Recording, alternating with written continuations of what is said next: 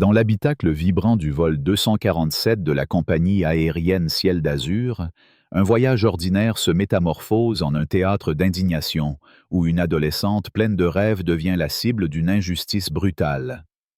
Aïssa, une jeune fille noire de 17 ans, rayonnante d'espoir et d'ambition, entreprend son premier vol seule vers Bordeaux, un cadeau de son père pour rejoindre sa sœur aînée, étudiante en littérature. Mais ce qui devait être une aventure excitante se transforme en cauchemar lorsque Marianne, une hôtesse de l'air autoritaire, la gifle devant une cabine entière, l'accusant d'être impolie pour avoir simplement lu un livre. Le choc résonne comme un coup de tonnerre, et les passagers, témoins de cette violence gratuite, se soulèvent, armés de leur téléphone, prêts à faire éclater la vérité sur les réseaux sociaux. Alors que les murmures de révolte enflent, Aïssa, humiliée mais résiliente, envoie un message à sa mère, Claire, une juge respectée, connue pour son combat acharné pour la justice. Avec sa toge symbolique et sa détermination inébranlable, Claire s'apprête à monter à bord, prête à faire trembler les cieux pour défendre sa fille. Ce n'est que le début d'une tempête où la vérité et la justice s'affronteront dans un crescendo dramatique, dans l'esprit de la liberté et de l'égalité chère à la culture française. L'avion de Ciel d'Azur filait à travers les nuages, baigné par la lumière dorée d'un soleil d'après-midi qui perçait les hublots ovales. À l'intérieur, l'habitacle bourdonnait d'une cacophonie familière, des rires étouffés, le cliquetis des chariots à boissons glissant dans l'allée étroite et le murmure des conversations entre passagers. Certains pianotaient sur leurs écrans de téléphone, d'autres feuilletaient des magazines froissés ou ajustaient des oreillers de voyage autour de leur cou. Au milieu de cette routine aérienne, Aïssa, une adolescente de 17 ans à la peau ébène et aux cheveux bouclés tombant librement sur ses épaules, avançait dans l'allée avec une lueur d'excitation dans les yeux. C'était sa première fois seule à bord d'un avion, un moment qu'elle attendait avec impatience.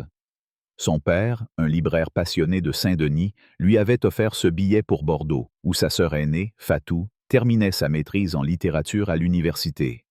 Aïssa portait un sac à dos noir orné de motifs géométriques colorés, un livre de droit constitutionnel glissé sous son bras, et un carnet où elle griffonnait ses rêves d'avenir, devenir avocate, défendre les opprimés, faire entendre la voix de ceux que la société ignore trop souvent. Son sourire, discret mais confiant, semblait éclairer l'espace autour d'elle, comme si elle portait en elle une énergie aussi vive que les rues animées de Paris un soir de fête nationale. Elle trouva son siège en classe économique, 14B, près du hublot, et s'installa avec soin, posant son sac sur ses genoux. Elle ouvrit son livre, ses doigts courant sur les lignes d'un chapitre consacré aux droits fondamentaux, tandis qu'elle notait des réflexions dans son carnet, son stylo traçant des mots avec une précision presque poétique. L'avion vibrait doucement, prêt à décoller, et Aïssa ressentait une montée d'adrénaline, comme si ce voyage marquait le début d'une nouvelle étape dans sa vie. Mais ce moment de joie pure fut brutalement interrompu. À l'autre bout de l'allée, Marianne, une hôtesse de l'air d'une quarantaine d'années, avançait avec une démarche assurée, son uniforme bleu marine impeccablement repassé, ses cheveux blonds tirés en un chignon si parfait qu'il semblait défier les lois de la gravité. Ses yeux, cependant, trahissaient une froideur qui faisait frissonner les passagers. Marianne, avec plus de 10 ans d'expérience, régnait sur la cabine comme une reine sur son royaume, voyant chaque écart comme une offense personnelle. Elle s'arrêta un instant en classe affaires, vérifiant les plateaux repas avec un sourire crispé, mais son regard balayait la classe économique comme un radar à la recherche d'une anomalie. Ce fut alors qu'elle repéra Aïssa, assise tranquillement, plongée dans son livre. Quelque chose dans la posture de la jeune fille, peut-être sa sérénité ou la confiance qu'elle dégageait en griffonnant ses notes, sembla irriter Marianne. Ses sourcils se froncèrent, une méfiance instinctive prenant forme dans son esprit.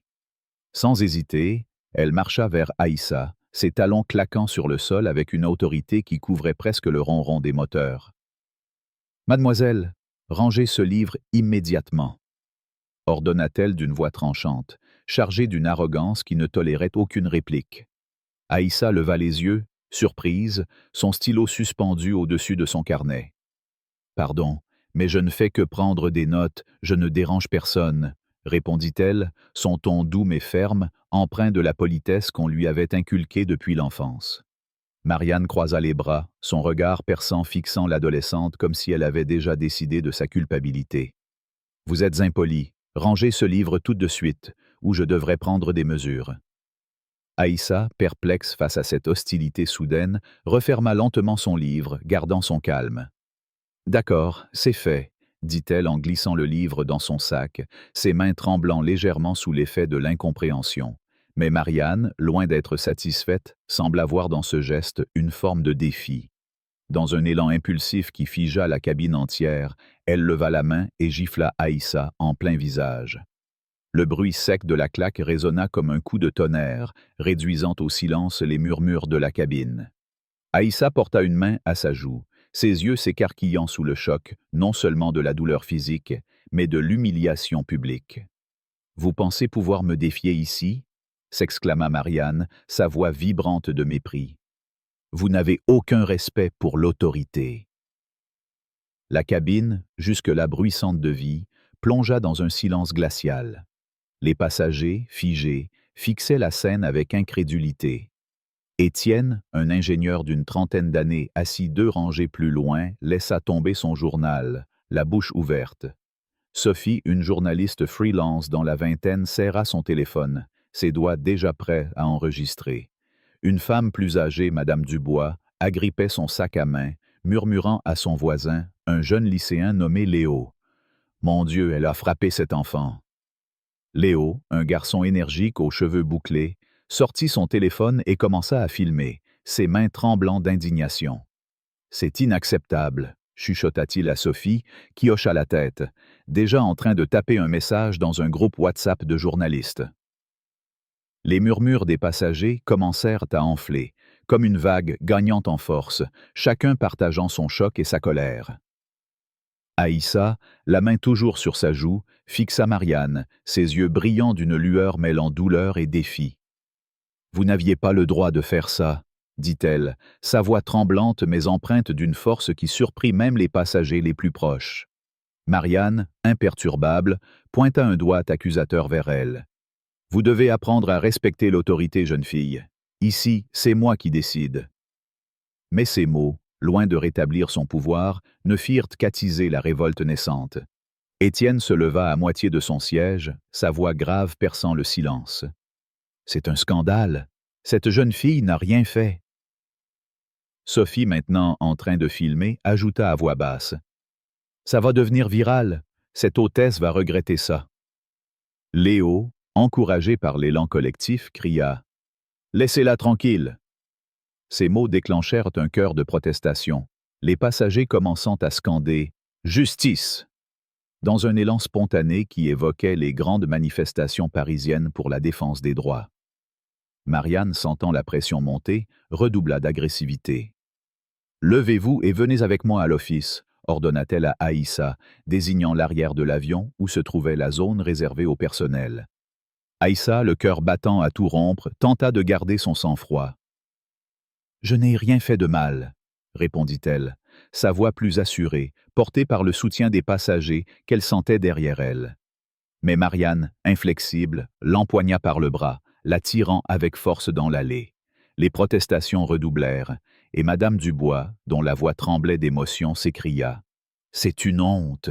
Cet enfant me rappelle ma petite fille, qui a été humiliée de la même manière dans un train l'an dernier. » Sa remarque toucha une corde sensible, et plusieurs passagers hochèrent en la tête, partageant leur propre récit d'injustice similaire, un écho à la culture française de débat et de solidarité face à l'oppression. Dans l'office, loin des regards, Marianne croisa les bras, fixant Aïssa avec un mélange de dédain et de certitude. « Vous pensez pouvoir faire ce que vous voulez dans mon avion ?» lança-t-elle, saisissant le menton d'Aïssa pour la forcer à la regarder. Aïssa, tremblante mais déterminée, répondit avec une calme qui désarçonna l'hôtesse. « Vous m'avez frappé parce que je lisais un livre. Ce n'est pas de l'autorité, c'est de l'abus. » Ces mots, prononcés avec une clarté qui rappelait les plaidoyers des avocats dans les tribunaux parisiens, firent vaciller Marianne l'espace d'un instant. Mais l'hôtesse retrouva vite son aplomb. « Vous êtes une insolente, et je veillerai à ce que la sécurité vous attende à Bordeaux, menaça-t-elle, avant de se détourner pour ranger des plateaux, comme si l'affaire était close. Aïssa, serrant son sac contre elle, respira profondément pour contenir les larmes qui menaçaient de couler. Elle sortit son téléphone et tapa un message rapide à sa mère, Claire. « Maman, une hôtesse m'a frappé sur le vol 247. Elle m'accuse d'être impolie. Je suis à l'office. Aide-moi. » Elle appuya sur « Envoyer », sachant que Claire, juge respectée à la Cour d'appel de Paris, ne laisserait pas cet affront impuni. Claire était une femme de 45 ans, connue pour son éloquence et sa rigueur dans les affaires de droits humains, une figure qui incarnait l'idéal français d'égalité et de justice. Aïssa, toujours assise dans l'office, ouvrit son sac et en sortit une lettre que sa sœur Fatou lui avait glissée avant son départ. Les mots de Fatou, écrits à l'encre noire, résonnaient comme un mantra.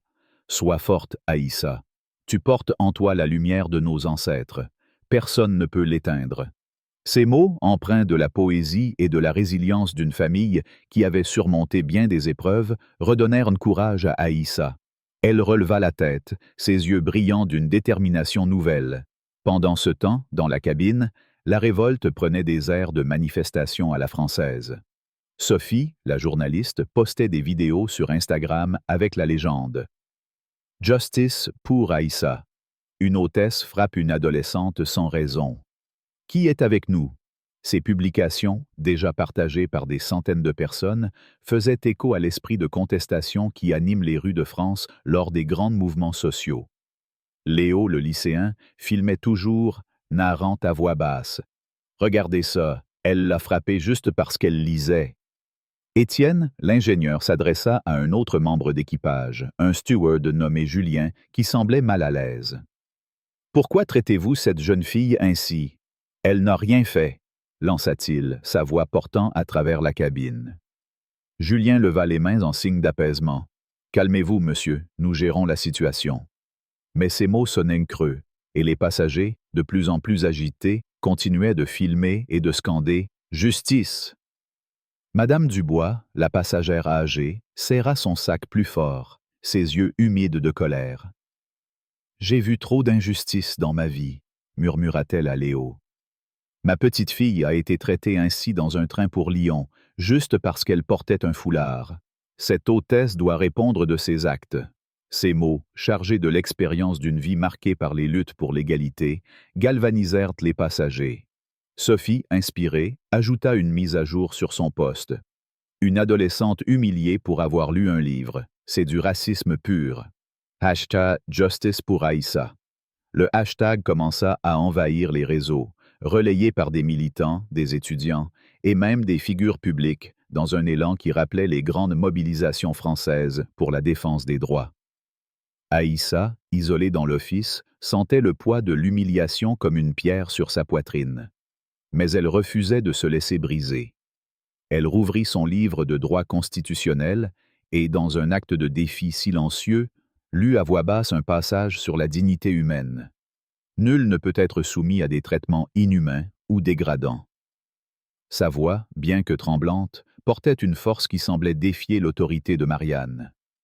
L'hôtesse, qui rangeait des gobelets avec des gestes nerveux, se retourna brusquement. « Vous osez encore me provoquer ?» siffla-t-elle, avançant d'un pas. Mais avant qu'elle ne puisse aller plus loin, Julien entra dans l'office, le visage tendu. « Marianne, arrête, les passagers sont hors de contrôle. »« Cette histoire va mal finir si tu continues, » dit-il, sa voix basse mais ferme. Marianne, toujours convaincue de son bon droit, haussa les épaules. « Je sais ce que je fais. Cette fille est une fauteur de troubles. » Mais Julien, avec ses années d'expérience, voyait clair dans son jeu. « Tu creuses ta propre tombe, Marianne, » murmura-t-il, jetant un regard d'excuse muette à Aïssa.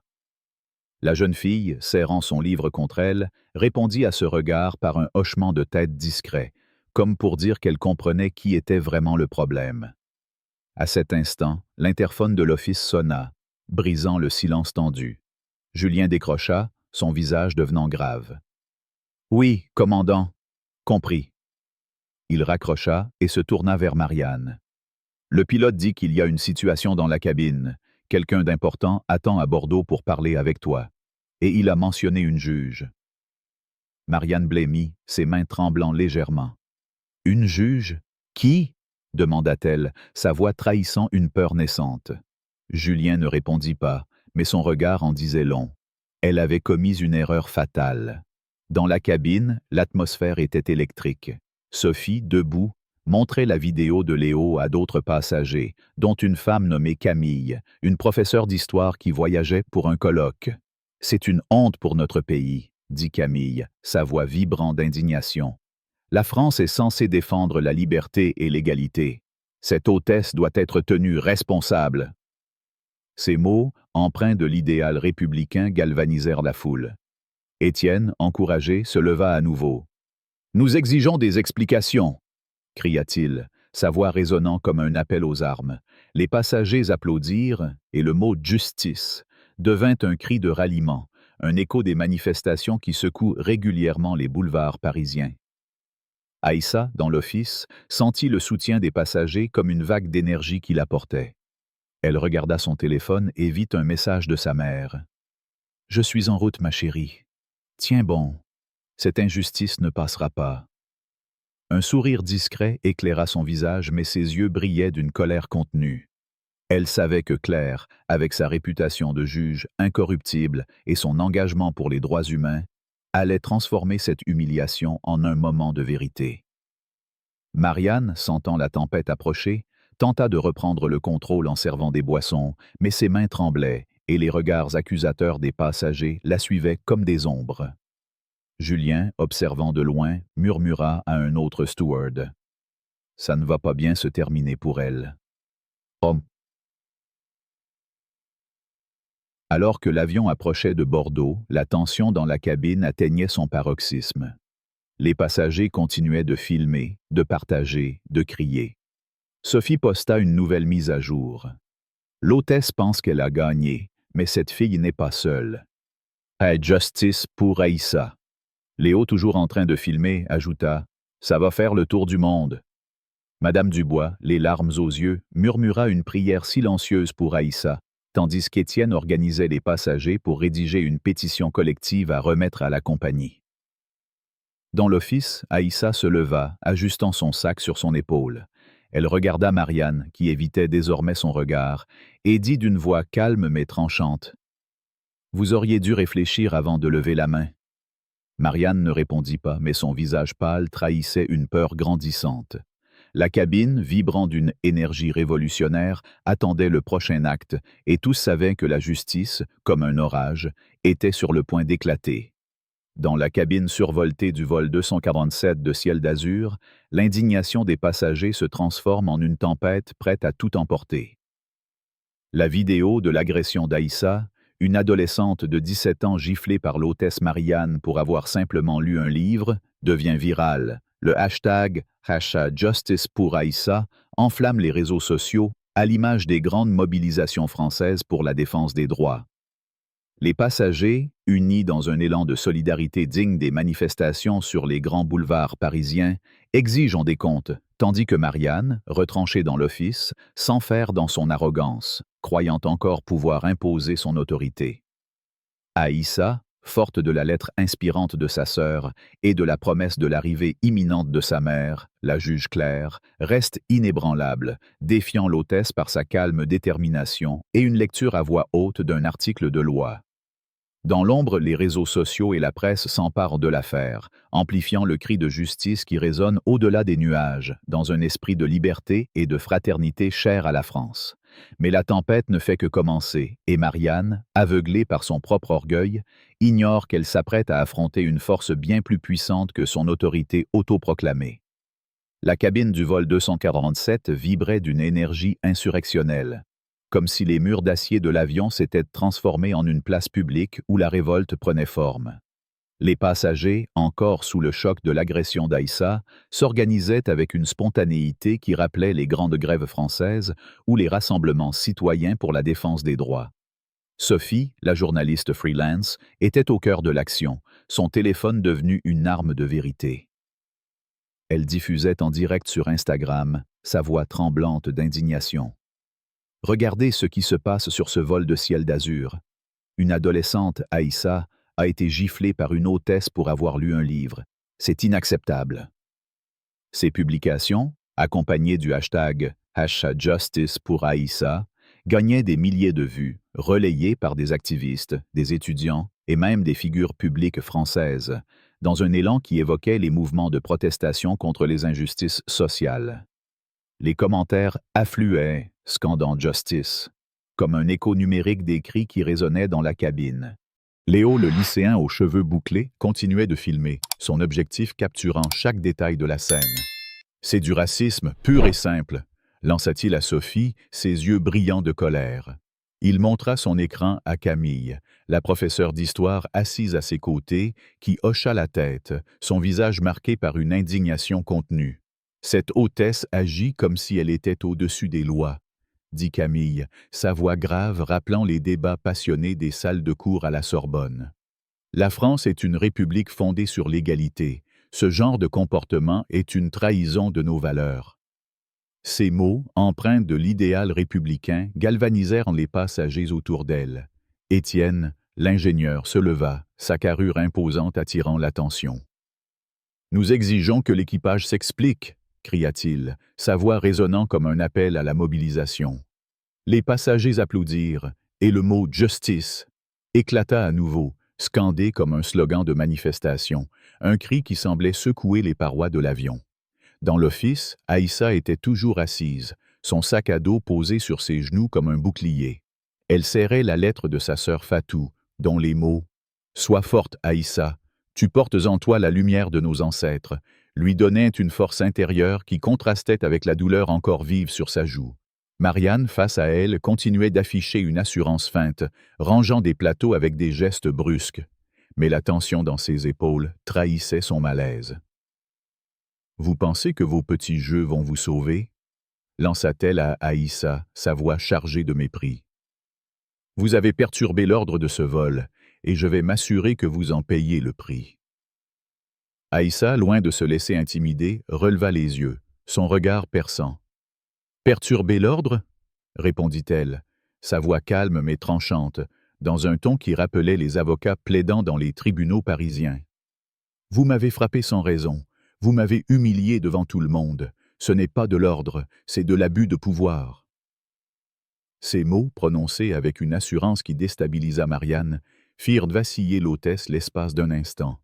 Mais elle se ressaisit rapidement, pointant un doigt accusateur. « Vous êtes une insolente, et je vais m'assurer que la sécurité vous attende à l'atterrissage, » menaça-t-elle, son ton glacial contrastant avec la chaleur de la révolte qui montait dans la cabine. Aïssa, cependant, ne baissa pas les yeux. Elle ouvrit son livre de droit constitutionnel, un geste de défi silencieux, et commença à lire à voix haute un passage sur les droits fondamentaux. Toute personne a droit au respect de sa dignité. Nul ne peut être soumis à des traitements inhumains ou dégradants. Sa voix, claire et ferme, résonna dans l'office exigu, chaque mot frappant comme un marteau. Marianne s'arrêta net, ses mains figées sur un gobelet en plastique. « Cessez ça immédiatement », siffla-t-elle, avançant d'un pas vers Aïssa. Mais avant qu'elle ne puisse continuer, Julien, le steward expérimenté, entra dans l'office, son visage marqué par une tension croissante. « Marianne, arrête tout de suite », dit-il, sa voix basse mais autoritaire. « Les passagers sont en train de perdre patience. Ils filment tout et cette histoire est déjà partout sur Internet. Tu ne te rends pas compte de ce que tu as déclenché. » Marianne, toujours convaincue de sa légitimité, croisa les bras. « Je maintiens l'ordre, Julien. Cette fille est une fauteur de troubles, et je l'ai remise à sa place. » Mais Julien secoua la tête, ses années d'expérience lui permettant de voir l'ampleur du désastre. « Tu as frappé une adolescente sans preuve, Marianne.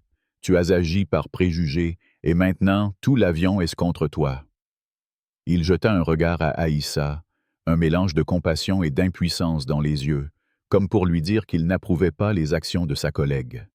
À cet instant, l'interphone sonna à nouveau, brisant le silence tendu de l'office. Julien décrocha, écoutant attentivement. « Oui, commandant, je comprends. » Il raccrocha et se tourna vers Marianne, son expression grave. « Le commandant dit que la situation dans la cabine est hors de contrôle, et il y a quelqu'un qui attend à Bordeaux, une juge. Elle veut te parler directement. » Marianne pâlit, ses mains tremblant légèrement. « Une juge ?» murmura-t-elle, sa voix trahissant une peur qu'elle ne pouvait plus cacher. « Qui est-ce » Julien ne répondit pas, mais son silence était éloquent. Aïssa, toujours assise, esquissa un sourire discret. Elle savait que sa mère, Claire, était en route, et que l'arrivée de cette femme, incarnation de la justice française, allait changer la donne. Dans la cabine, l'élan de révolte prenait des proportions dignes d'une manifestation place de la République. Sophie, maintenant debout, montrait sa vidéo à Camille, qui rédigeait un message à ses collègues universitaires pour alerter la presse. « C'est une question de principe », dit Camille, ses lunettes glissant légèrement sur son nez. Cette hôtesse a violé les valeurs fondamentales de notre société. Nous devons exiger des comptes, pas seulement pour Aïssa, mais pour tous ceux qui subissent des injustices similaires. Et comme maman Ces mots, prononcés avec la ferveur d'une intellectuelle française, résonnèrent profondément.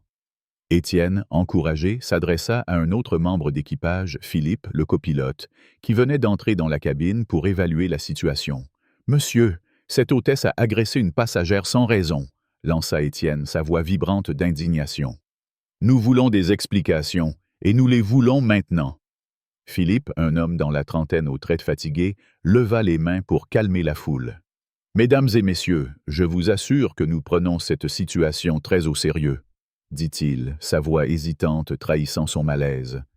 Mais les passagers, loin d'être apaisés, redoublèrent leurs cris. « Justice pour Aïssa !» scandèrent-ils, leur voix s'unissant en un chœur puissant qui semblait ébranler l'avion. Léo, toujours en train de filmer, s'approcha de Madame Dubois, qui serrait son sac avec force. « Madame, vous avez dit que votre petite fille a vécu quelque chose de similaire. Voulez-vous raconter ?» demanda-t-il, son téléphone prêt à enregistrer. Madame Dubois, les larmes aux yeux, hocha la tête. « Ma petite fille, Amal, a été humiliée dans un train pour Lyon, juste parce qu'elle portait un foulard. Les gens jugent sans connaître, sans écouter. Cette jeune fille, Aïssa, mérite mieux. Nous méritons tous mieux. » Ces mots, empreints de la sagesse et de la douleur d'une vie marquée par les combats pour l'égalité, touchèrent les passagers, qui applaudirent avec ferveur. Sophie, inspirée par l'histoire de Madame Dubois, posta une nouvelle mise à jour sur Instagram. Une passagère âgée témoigne. « Sa petite fille a été humiliée comme Aïssa. Cela doit cesser. Sachage justice pour Aïssa. » Le post, partagé des centaines de fois, attira l'attention de grands médias français, comme Le Monde et Libération, qui commencèrent à envoyer des demandes d'interview. Léo, galvanisé, s'avança vers l'office, ignorant les regards désapprobateurs d'un autre steward. « Je veux parler à quelqu'un de responsable », cria-t-il, sa voix portant à travers la cabine. « Cette hôtesse a frappé une adolescente, et nous avons les preuves. » Les passagers applaudirent, et le nom d'Aïssa devint un cri de ralliement, un symbole de résistance face à l'injustice, dans l'esprit des grandes luttes françaises pour la liberté et l'égalité. Dans l'office, Aïssa sentit l'énergie des passagers comme une vague qui la portait. Elle rouvrit la lettre de sa sœur, relisant les mots qui lui donnaient du courage. « Tu portes en toi la lumière de nos ancêtres. » Ces mots, écrits dans une calligraphie soignée, lui rappelaient les histoires que sa grand-mère lui racontait sur leur famille, venue d'Afrique de l'Ouest et établie en France depuis des générations, une famille qui avait toujours lutté pour sa place dans une société parfois hostile. Aïssa releva les yeux et fixa Marianne, qui semblait de plus en plus nerveuse. « Vous savez ce qui arrive quand on accuse quelqu'un sans preuve ?» demanda-t-elle, sa voix calme mais incisive, comme une avocate plaidant sa première affaire. Marianne, déstabilisée, éclata d'un rire forcé. « Ne me faites pas la leçon, jeune fille. Je sais qui vous êtes. » Mais ces mots sonnaient creux, comme si elle essayait de se convaincre elle-même. À cet instant, Philippe, le copilote, entra dans l'office, son visage crispé. « Marianne, la situation est hors de contrôle, » dit-il, sa voix tendue. « Les passagers menacent de contacter la presse et le commandant est furieux. Tu dois te calmer et te préparer à répondre de tes actes. » Marianne, toujours arrogante, haussa les épaules. « Je fais mon travail, Philippe. Cette fille a défié mon autorité et je l'ai remise à sa place. » Mais Philippe, secouant la tête, répondit. « Tu ne comprends pas, Marianne. Tu as frappé une passagère mineure. Les vidéos sont partout. Tu as mis la compagnie dans une situation impossible. Il jeta un regard à Aïssa, un mélange de regret et de respect dans les yeux, comme s'il reconnaissait sa force face à l'adversité. Dans la cabine, la révolte prenait une ampleur nouvelle. Camille, la professeure, commença à organiser les passagers, leur demandant de rassembler leurs vidéos et témoignages dans un groupe WhatsApp qu'elle venait de créer. « Nous devons faire entendre nos voix », dit-elle, sa voix vibrante d'une détermination qui rappelait les intellectuels français des années 1968. Cette affaire ne concerne pas seulement Aïssa, mais tous ceux qui subissent des injustices au quotidien.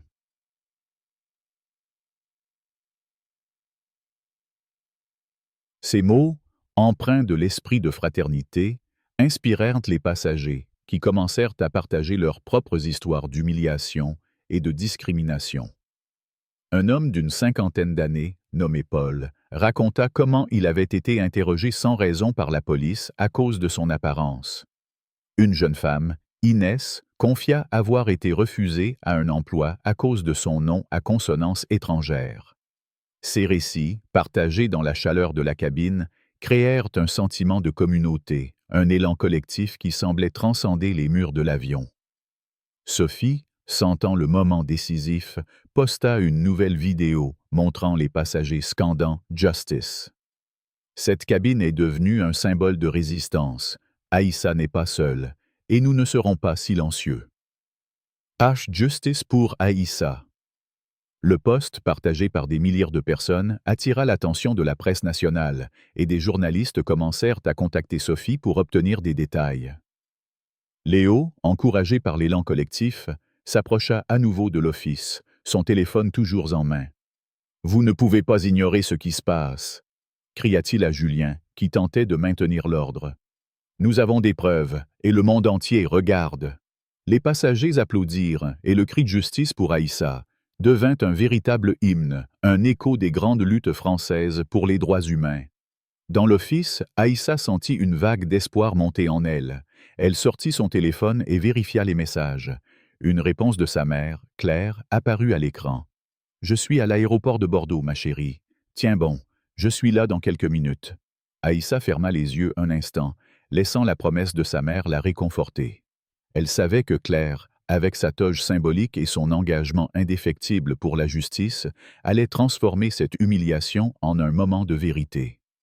Elle rouvrit son livre et, dans un geste de défi ultime, lut à nouveau à voix haute « La République garantit l'égalité de tous les citoyens devant la loi, sans distinction de race, de religion ou d'origine. » Marianne, furieuse, s'avança vers elle, mais Julien l'arrêta d'un geste. « Assez, Marianne, » dit-il, sa voix tremblante de colère contenue. « Tu as déjà fait assez de mal. » À Bordeaux, Claire descendait d'un vol de correspondance, son pas rapide et déterminé. Grande, les cheveux tressés en un chignon élégant, elle portait une mallette où reposait sa toge, symbole de son autorité et de son engagement pour la justice. Chaque pas qu'elle faisait vers la porte de l'avion semblait chargé d'une fureur contenue, celle d'une mère protégeant son enfant et d'une juge prête à défendre les principes fondamentaux de la République. Elle avait vu la vidéo envoyée par Sophie, relayée par un collègue magistrat, et chaque image de sa fille humiliée faisait bouillir son sang. Elle montra son badge de juge aux agents de sécurité de l'aéroport, sa voix ferme comme l'acier. « Je veux voir l'hôtesse Marianne immédiatement. » Dans la cabine, l'atmosphère était à son comble. Les passagers, maintenant debout, scandaient le nom d'Aïssa comme un cri de guerre. Sophie, filmant toujours, posta une dernière mise à jour. « La mère d'Aïssa arrive, et elle est juge. Cette hôtesse va regretter ses actes. » Justice pour Aïssa. Léo, Étienne et Camille se tenaient côte à côte, leurs téléphones levés comme des flambeaux, tandis que Madame Dubois, les larmes aux yeux, murmurait « Cet enfant est une héroïne. » L'avion approchait de l'atterrissage, et la tension était palpable, comme si la cabine entière retenait son souffle en attendant l'arrivée de Claire. Marianne, dans l'office, sentait la tempête approcher. Ses mains tremblaient, et pour la première fois, elle sembla réaliser l'ampleur de son erreur. Mais il était trop tard. La justice, portée par la voix collective des passagers et la détermination d'Aïssa, était sur le point de frapper, et rien ne pourrait l'arrêter. La cabine du vol 247 de Ciel d'Azur vibrait d'une tension électrique, comme un tribunal improvisé où la justice s'apprêtait à rendre son verdict. Lorsque Claire, la mère d'Aïssa et juge respectée, franchit la porte de l'avion, son aura imposante fit taire les murmures des passagers, qui l'accueillirent avec des applaudissements et des cris de justice, dignes des grandes manifestations françaises. Marianne, l'hôtesse arrogante qui avait giflé Aïssa, se retrouvait acculée, son assurance ébranlée face à la tempête qu'elle avait déclenchée. Aïssa, forte de sa résilience et d'une preuve accablante, un enregistrement audio de l'incident, se tenait aux côtés de sa mère, déterminée à transformer son humiliation en un cri pour l'égalité. Les passagers, menés par Sophie, Étienne, Léo et Madame Dubois, continuaient d'alimenter la révolte, leurs vidéos et témoignages inondant les réseaux sociaux et attirant l'attention des grands médias français. Dans cet avion, devenu un symbole de résistance, la vérité éclatait comme un coup de tonnerre, porté par l'esprit de liberté, égalité, fraternité. Mais ce n'était que le début. Claire, avec la rigueur d'une magistrate et la fureur d'une mère, était prête à faire trembler Ciel d'Azur et à laisser une marque indélébile sur la lutte contre les injustices. L'avion venait de toucher le sol à Bordeaux, le bruit des roues sur la piste résonnant comme un signal annonçant l'arrivée imminente du dénouement. Dans la cabine, les passagers, debout, scandaient justice pour Aïssa, avec une ferveur qui rappelait les grandes mobilisations place de la Bastille.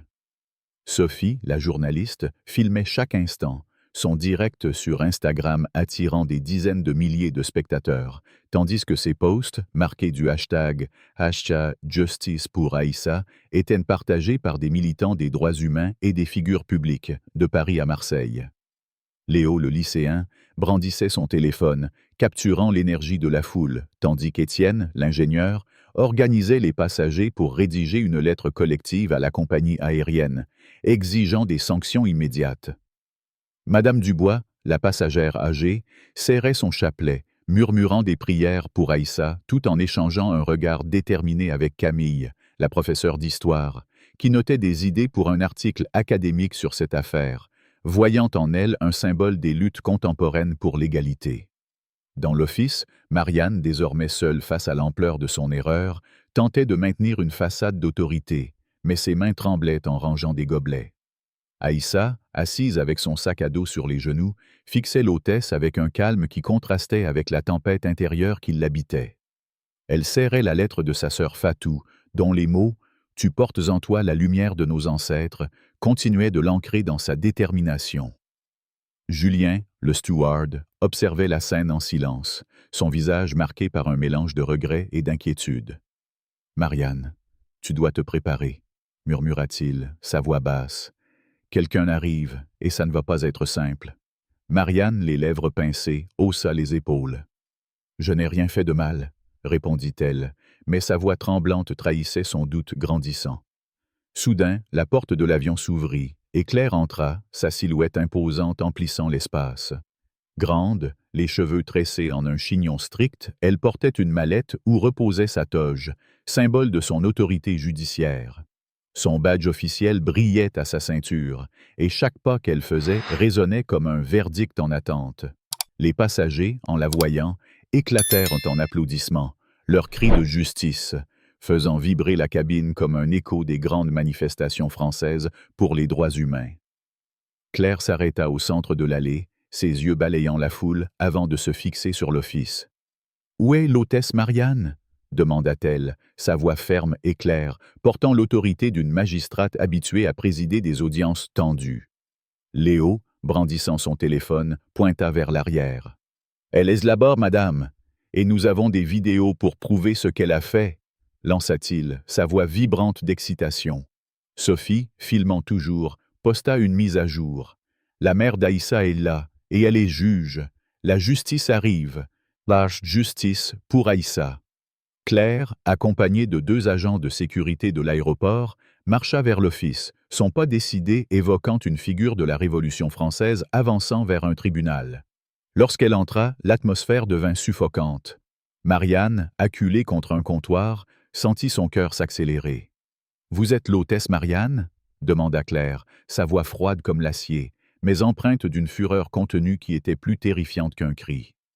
Marianne, incapable de répondre, hocha la tête, ses mains tremblant visiblement. Claire s'avança, ses yeux fixés sur l'hôtesse. « Vous avez frappé ma fille, Aïssa, sans raison. Vous l'avez humiliée devant une cabine entière. Expliquez-vous. » Ces mots, prononcés avec une précision juridique, résonnèrent comme une accusation dans une salle d'audience. Aïssa, toujours assise, se leva lentement, son regard croisant celui de sa mère. Pour la première fois, ses yeux s'embuèrent, non de tristesse, mais de soulagement. Elle s'approcha de Claire, qui posa une main protectrice sur son épaule. « Tu vas bien, ma chérie ?» demanda Claire, sa voix s'adoucissant un instant. Aïssa hocha la tête, sa voix ferme malgré l'émotion. « Oui, maman, mais elle doit comprendre qu'on ne traite pas les gens comme ça. » Claire acquiesça, son regard revenant à Marianne. « Vous avez accusé ma fille d'être impolie. Sur quelle base? Un livre? Une note prise dans un carnet? »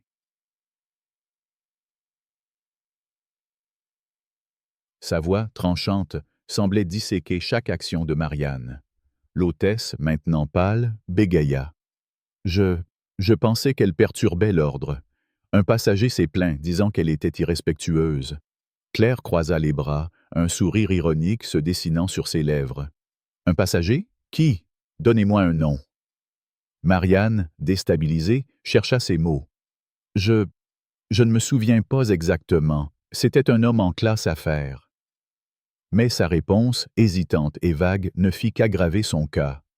Aïssa, sentant le moment décisif, sortit son téléphone de son sac. « Vous avez dit que j'étais insolente, que je perturbais votre avion, » dit-elle, sa voix claire et assurée, comme celle d'une future avocate. « Mais j'ai tout enregistré. » Elle appuya sur « Play » et l'audio, net et accablant, remplit l'office.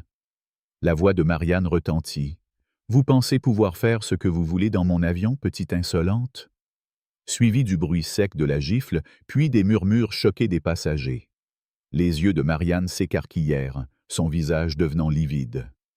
Claire, les bras toujours croisés, fixa Marianne avec une intensité qui semblait la clouer sur place. « Vous avez entendu, » dit-elle, sa voix comme un verdict. « Vous avez agi sans preuve, poussé par des préjugés. Vous avez vu ma fille, une adolescente noire, et vous avez décidé qu'elle était une menace. Cela ne s'appelle pas maintenir l'ordre, cela s'appelle de la discrimination. » Les agents de sécurité, sentant la gravité de la situation, s'approchèrent. « Madame, vous devez nous suivre pour un interrogatoire, » dit l'un d'eux, son ton professionnel mais ferme. Marianne, maintenant en panique, tenta de se défendre.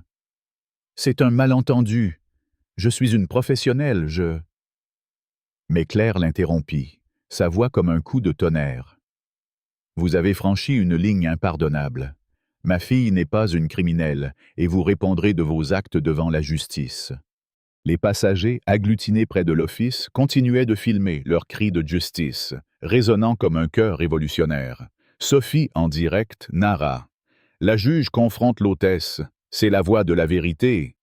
Cache justice pour Aïssa. » Léo, brandissant son téléphone, cria. « C'est pour ce que vous avez fait à Aïssa. » Madame Dubois, les larmes aux yeux, s'adressa à Camille. « Cette jeune fille est un symbole. Elle nous rappelle pourquoi nous devons nous battre. » Camille, prenant des notes, acquiesça. « Cette affaire va au-delà de cet avion. C'est une leçon pour notre société, » dit-elle, sa voix vibrante d'une passion intellectuelle typiquement française. Marianne, escortée par les agents, passa dans l'allée sous les regards accusateurs des passagers. Les applaudissements éclatèrent, mêlés de cris de justice, qui semblaient ébranler les murs de l'avion. Sophie posta une dernière mise à jour. « L'hôtesse est emmenée. La justice commence pour Aïssa. Justice pour Aïssa. » Julien, resté dans l'office, s'approcha d'Aïssa, un regard d'excuse dans les yeux. « Je suis désolé pour ce qui s'est passé, » murmura-t-il.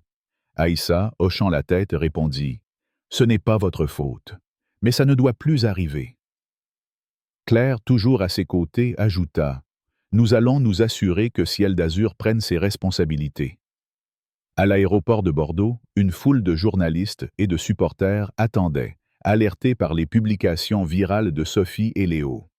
Aïssa et Claire, sortant de l'avion, furent accueillis par des applaudissements et des pancartes portant les mots « Justice pour Aïssa ». Aïssa, inspirée par le soutien collectif, s'avança vers un micro tendu par une journaliste de France 2.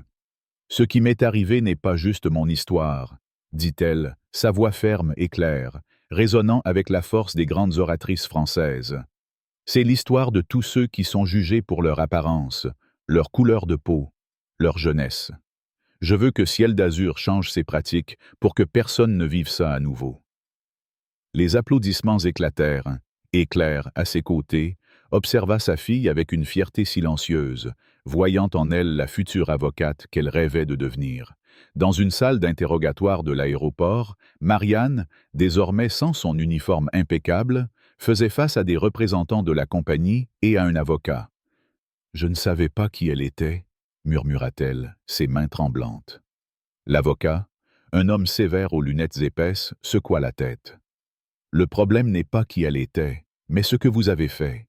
Vous avez agi par préjugés, et les preuves sont accablantes. » Il l'informa de sa suspension immédiate et d'une audience disciplinaire à venir.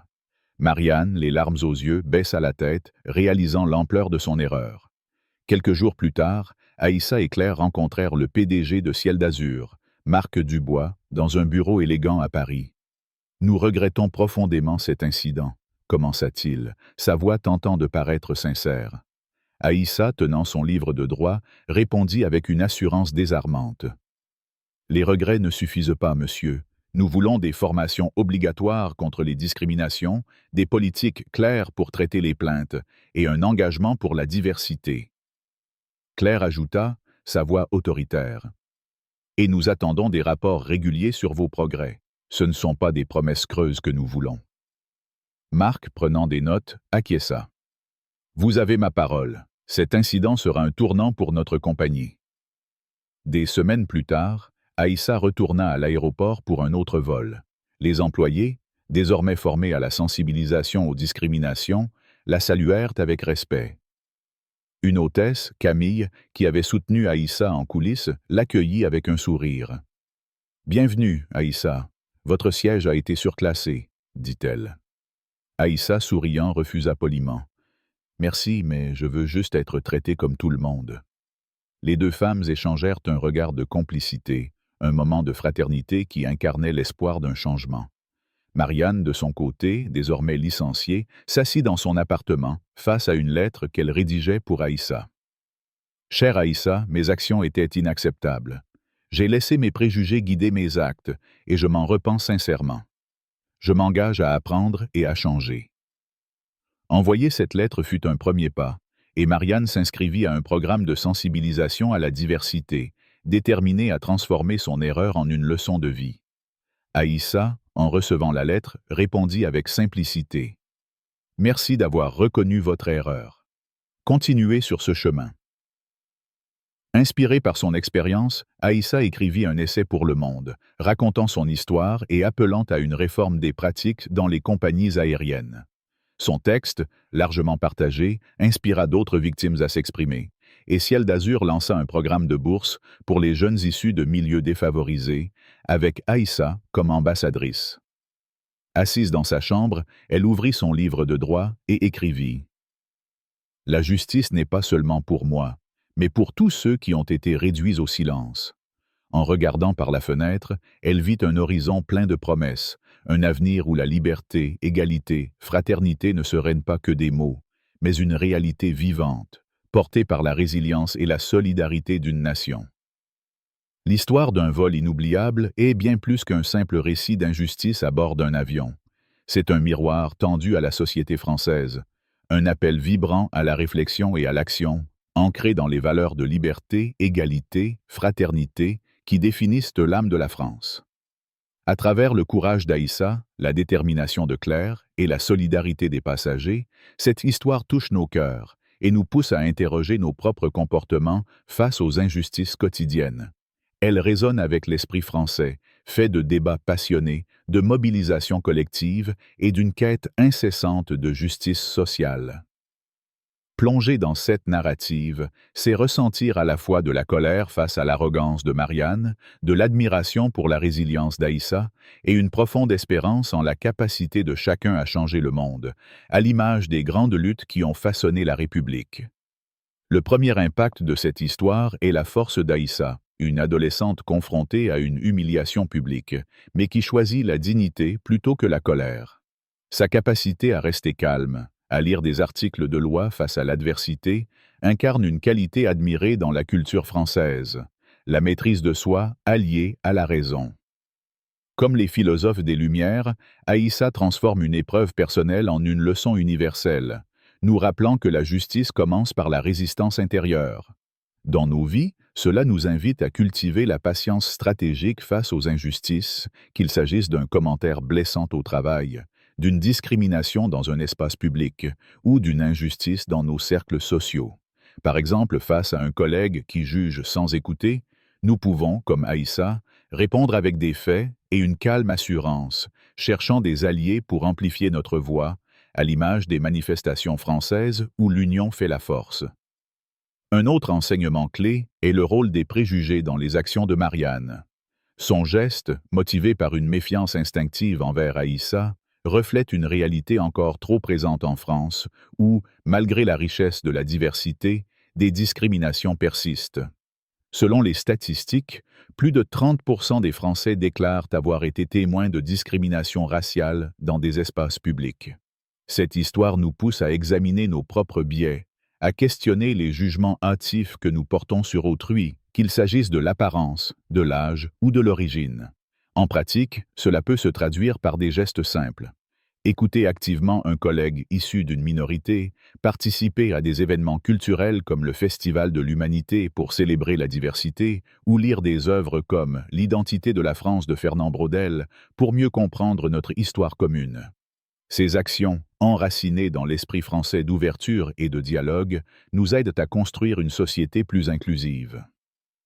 La solidarité des passagers, Sophie, Étienne, Léo, Camille et Madame Dubois, est une autre leçon puissante. Leur mobilisation spontanée, filmant, partageant et scandant « Justice » incarne l'esprit de fraternité qui anime les mouvements sociaux français, des grèves ouvrières aux marches pour l'égalité. Cette union rappelle les moments où les Français se rassemblent, comme lors des hommages sur les Champs-Élysées ou des débats enflammés dans les cafés parisiens. Dans nos vies, cela nous encourage à agir collectivement. Soutenir une cause locale, comme une association aidant les jeunes défavorisés, ou partager une histoire d'injustice sur les réseaux sociaux pour sensibiliser. Par exemple, rejoindre une initiative comme SOS Racisme ou organiser un débat communautaire dans son quartier peut transformer une indignation en action concrète, à l'image de la fraternité qui a soutenu Aïssa. Enfin, l'évolution de Marianne, passant de l'arrogance au repentir, offre une leçon d'espoir. Sa lettre d'excuse à Aïssa montre qu'il est possible de reconnaître ses erreurs et de chercher la rédemption, un thème cher à la culture française, où le pardon et la seconde chance sont valorisés, comme dans les récits de Victor Hugo. Cela nous invite à avoir le courage d'admettre nos fautes, que ce soit en s'excusant auprès d'un ami pour un malentendu ou en suivant une formation sur la diversité pour mieux comprendre les enjeux sociaux. Marianne nous rappelle que la transformation personnelle commence par la responsabilité, une valeur essentielle dans une société qui chérit le dialogue et la réconciliation. Pour appliquer ces leçons, nous pouvons adopter 4 actions concrètes.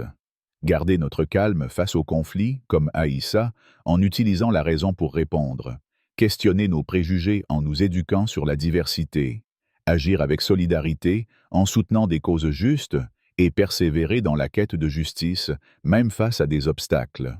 Ces gestes, ancrés dans l'esprit français de débat et d'engagement, peuvent transformer nos vies et celles de notre entourage, construisant une France plus juste, fidèle à ses idéaux républicains.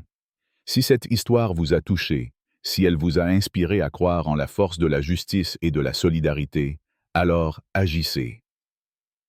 Cliquez sur le bouton « J'aime ». Partagez cette vidéo avec vos amis et votre famille. Et laissez un commentaire avec le mot « justice » pour montrer que vous êtes aux côtés d'Aïssa et de tous ceux qui luttent pour le respect. Abonnez-vous à la chaîne pour ne pas manquer la prochaine histoire, car votre voix est puissante. Faites-la résonner à travers la France et au-delà.